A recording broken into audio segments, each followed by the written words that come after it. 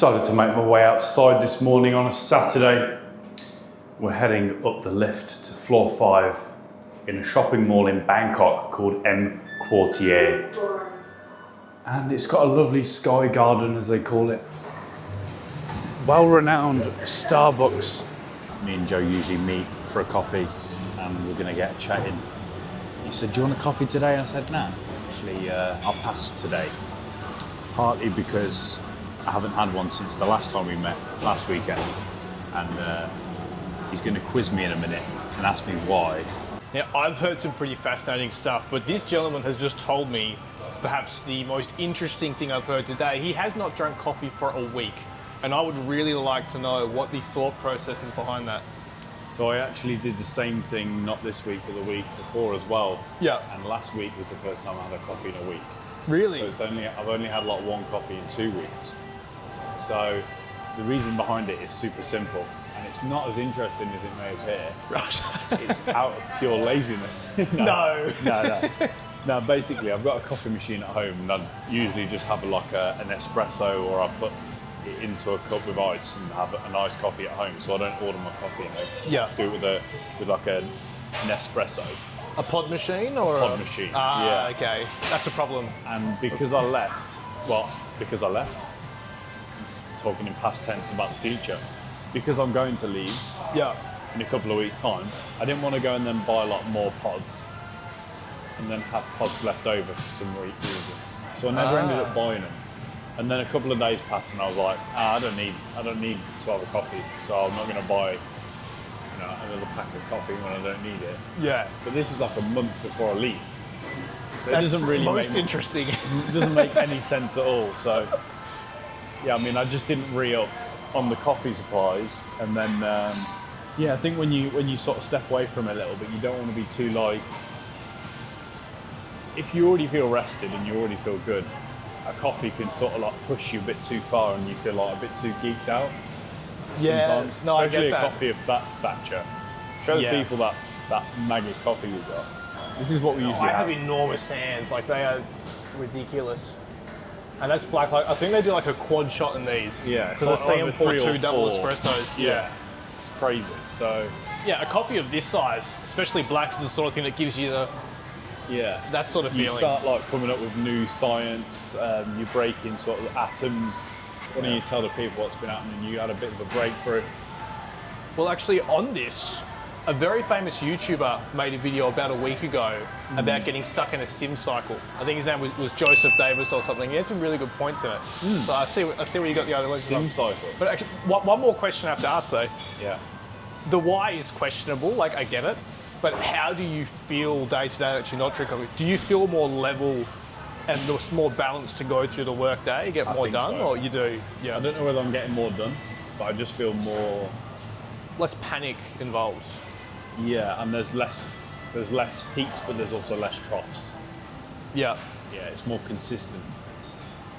I don't know whether it has an effect on sleep, because I only was drinking like 1 coffee a day anyway. It wasn't like I was tating it up with like 15 coffees, but I'd have like 1 in the morning or 1 in the afternoon. Yeah. Like early afternoon. So I wasn't really like overusing. So it wasn't like I was sort of like needing to fix up. But Yeah. I definitely do still get like I could have a coffee, but it's not like crippling Yeah. to the point where I've got to go to the shop and then buy a pod. But if it was behind me, I probably would have. Yeah. So maybe I was using out of convenience. Maybe. Yeah. The needle was on your desk and you thought, just one more won't hurt. Yeah. I like that. Yeah. 1 more won't hurt. Do you want me to say what I discovered about TikTok Shop? Well, if you want to sort of break... Sure, it's mildly complex, so it might not make sense, but I'll break it down as quickly as I can. Yeah. Essentially, if you want to market on TikTok Shop, it is completely pay to play and not in the way you might think. Facebook does about, I think the number was like $80 billion a year in ad revenue. And companies love ad revenue because when you pay to promote something on their site, it's 100% profit for them. It all just goes straight into their bank account. And TikTok Shop is starting to go the same direction. So it used to be you could make a funny skit to try and get some natural reach on a video. But I've found when I've posted the exact same video, one without linking a product and one with linking a product, the one where the product is linked looks like it gets limited reach. And as an affiliate, if you want to promote your own stuff, because you're only getting paid a commission, it's almost impossible to positively gear that where you're going to get more from a 20% commission than you're going to put out an ad spend. And so what I discovered the other day is something called GMV Max, which is the new way that sellers on TikTok promote their products. And I think it's now, I'm not sure if it's 100% in Thailand, but is the only way, or it's going to be the only way for sellers to pay for ads.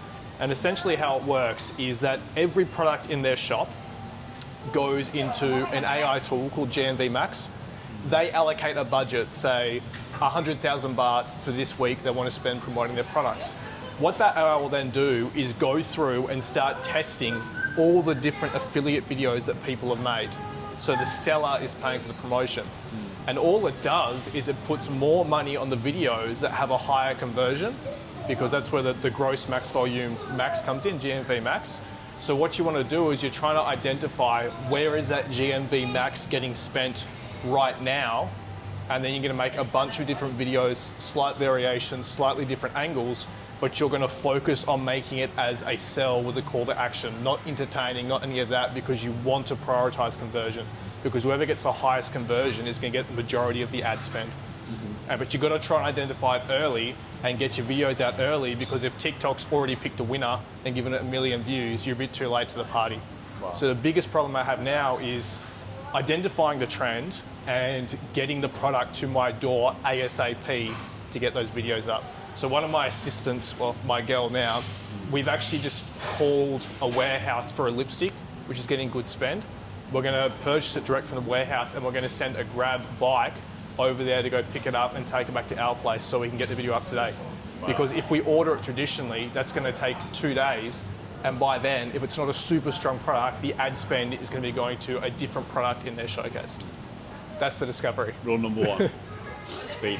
Indeed. So if you're doing TikTok Shop, you cannot make funny videos anymore. Maybe you can, it's not going to be so good, and don't bother trying to promote your thing. Just focus on learning GMV Max.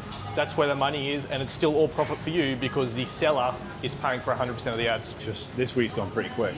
Insanely quick. Gotta be said. And I feel like I got almost nothing done. Yeah. Or maybe it went quicker because we're just spending more time working and less time thinking. I'm not sure. Yeah, I think some of these weeks, they're sort of lost. You feel like they're lost weeks, but they're just weeks where you didn't fail. Yeah, and that's an important thing to remember as well. You don't need to win. It's important to win over the long term, but as long as you're just not making mistakes and other people are making mistakes, yeah, then you're going to sort of rise up, and over a long enough time frame, you're going to be sort of on the ball. And that's actually a really good analogy, because as English gentlemen or gentlemen of stem from England, yes, cricket is a fantastic analogy for life. Most sports you play, it's about trying to win. But cricket is a game you play to not lose. When I go out to bat, I used to think, okay, how can I put this ball for 4? How can I put this ball for 6?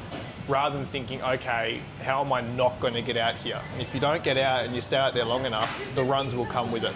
Sure, you'll play your shot sometimes, but all it takes is one mistake, and then you're back in the shed and you've got to wait for next week to play again. So it's a game that teaches you in failure, similar to life. Yeah, interesting. I mean, you're probably more English than me now, more qualified to be English, because I actually didn't play cricket. Never. No. Oh, you're missing out. The 2 times in my life where I was the most wasted were at the cricket club with the boys after a game, after an event or something like that. There's a lot of culture, especially in Australian sports, especially and football. Rugby. Yeah, exactly. There's a lot of a drinking culture around it. Just quite, this is actually a really nice backdrop for this. Yeah, it's a good... Start shooting a podcast in here. If there was no... Cut the wires on that speaker, and we'd be good. True. Oh, it's probably copyright music, isn't it? We'll get the good old CapCut auto voice isolation. Voice enhancement, Yeah. Can you put the deep voice effect on mine? Because like my voice alone doesn't sound very deep. Put me on the same track next to you and it sounds even worse. Got the deep booming voice coming out. Sometimes I think my voice just needs to like drop a few decibels. Not decibels reckon? because that's volume. A few hertz. Yeah, sometimes I speak like really in my throat, but when I should be in the chest. Give me a sentence where you just try and get it as deep as you can. You don't have to be loud, just try and let it bellow around a bit. Hey guys, welcome back to the podcast. We are here today with Joseph Davis. That's extraordinary. That should be my voice. That if you could train that to be like normal, comfortable speaking, I think I should. That's I think captivating. I should be speaking like that all the time. Yeah, we need to do that. Some training there. Discovery we found. Profound experience. Yeah. I think I just need to hit puberty. Maybe I just need to smoke a few more cigars. Potentially. I think cigarettes is the way to go for deepening the voice. Is that because it's like consistently more smoke? Yeah, I'm not sure. I remember seeing a street interview in Australia in the 1960s of them asking women, should men smoke? And the women were like, I think they should. It deepens the voice. It's good for a man. And what more reason do you need? Yeah.